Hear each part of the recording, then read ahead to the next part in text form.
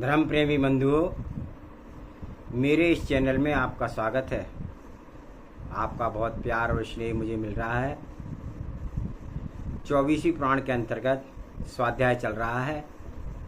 आज हम स्वाध्याय करेंगे चिंतामणि पार्श्वनाथ भगवान का 23वें तीर्थंकर।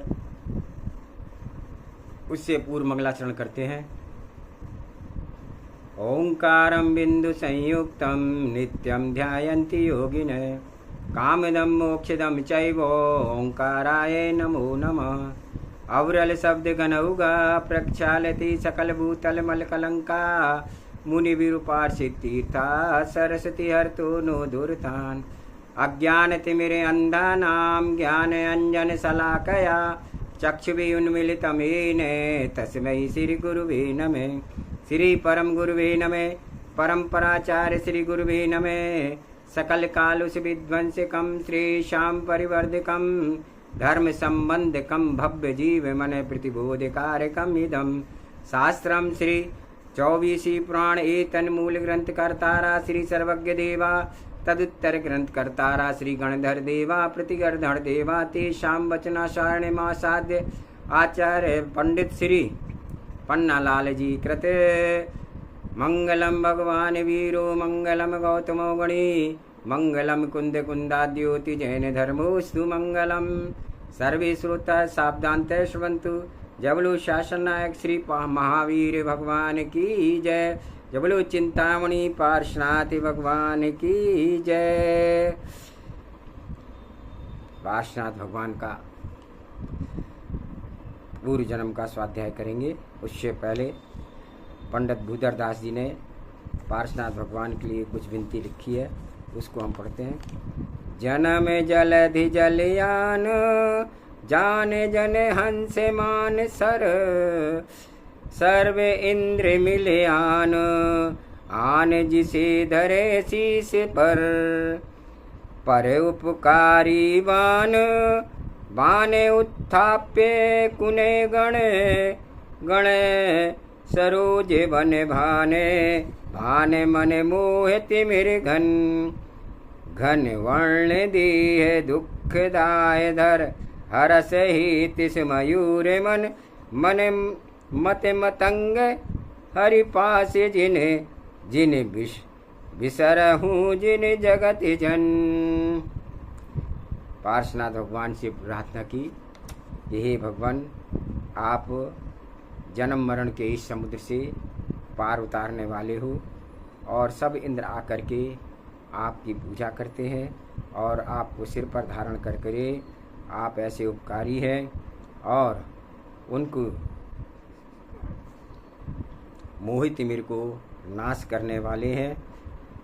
और जो घन वर्ण देह दुखदाय धार, जो दुख रूपी बादल हैं, उनको आप मयूर के समान हैं। जिस प्रकार से जो घन वर्ण देह दुखदाय धार, जो आप ऐसे हैं जिन्होंने जिस देह को दुखों ने धारण कर रखा है।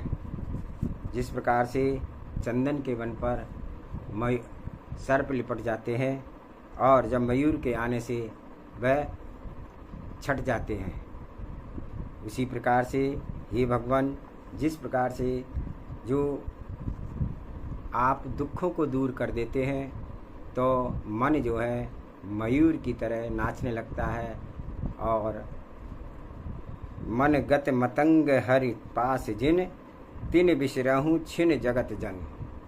ऐसे जो मनमत हैं, मतंग हैं, भगवान हैं, उनके पास रह करके कोई भी आपको क्षण भर के लिए भी भूलना नहीं चाहता है। अर्थात आपकी कृपा सदा हमारे ऊपर बनी रहे, ऐसी भावना के साथ पूर्व भव का परिचय पढ़ते हैं। जम्बू द्वीप के भरत क्षेत्र में स्वर्ण नाम का एक रमणीय नगर था और उसमें पोदनपुर एक नगर था। उस नगर में किसी समय अरविंद नाम का राजा राज्य करता था। अरविंद बहुत ही गुणवान, न्यायवान और प्रजावान राजा था। उसी नगर में वेद शास्त्रों को जानने वाला विश्वभूति नाम का एक ब्राह्मण रहता था।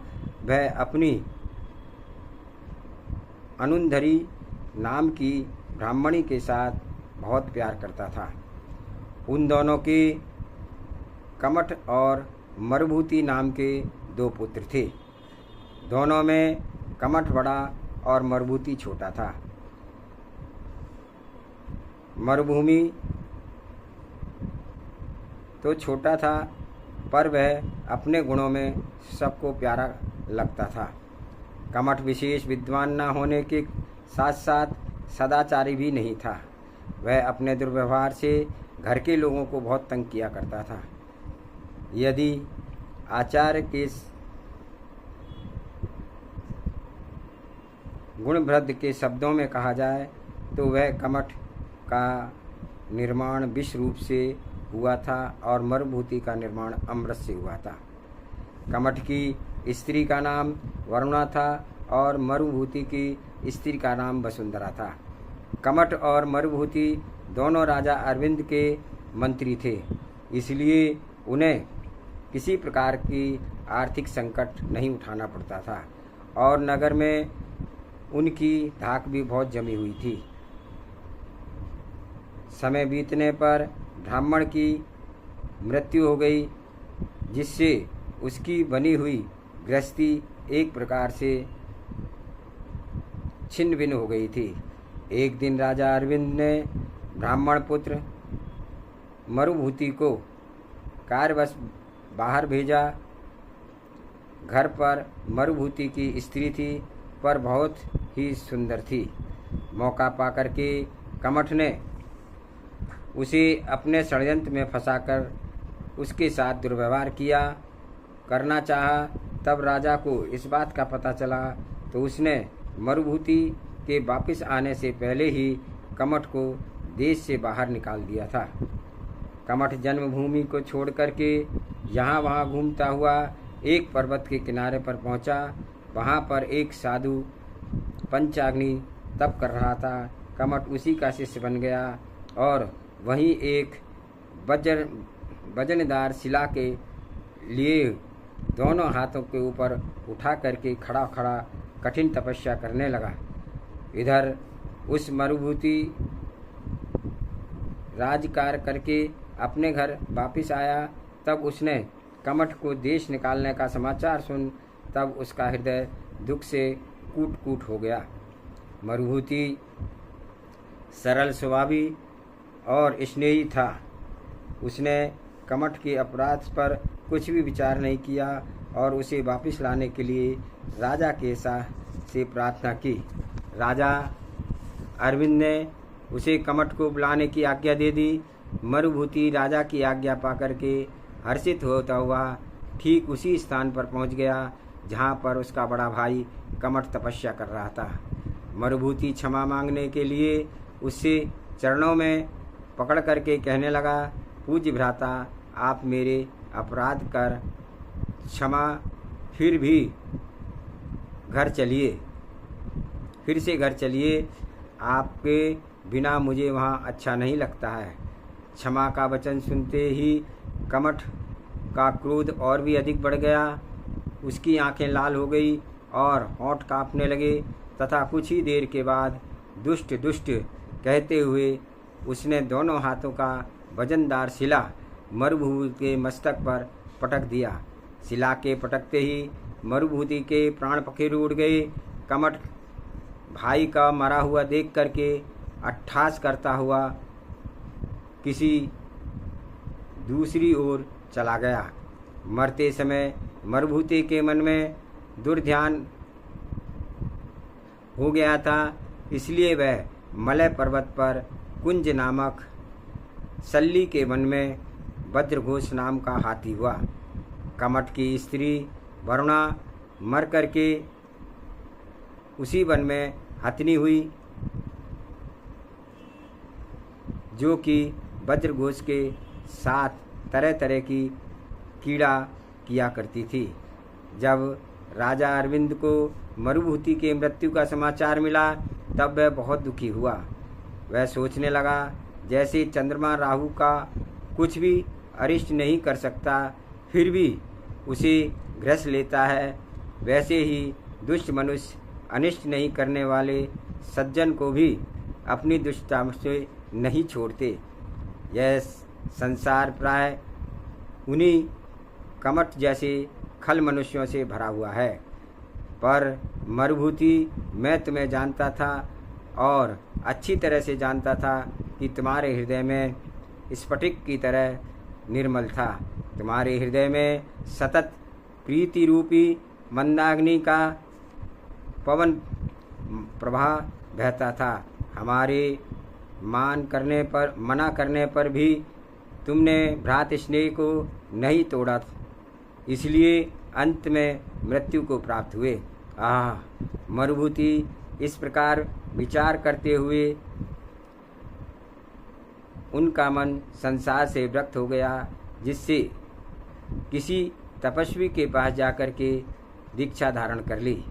दीक्षा के कुछ समय के बाद अरविंद मुनिराज अनेक मुनियों के साथ श्री सम्मेद शिखर जी की यात्रा के लिए गए और चलते चलते वे उसी सल्लिकी वन में पहुँचे। वहाँ मरुभूति का जीव वज्रघोष हाथी हुआ था।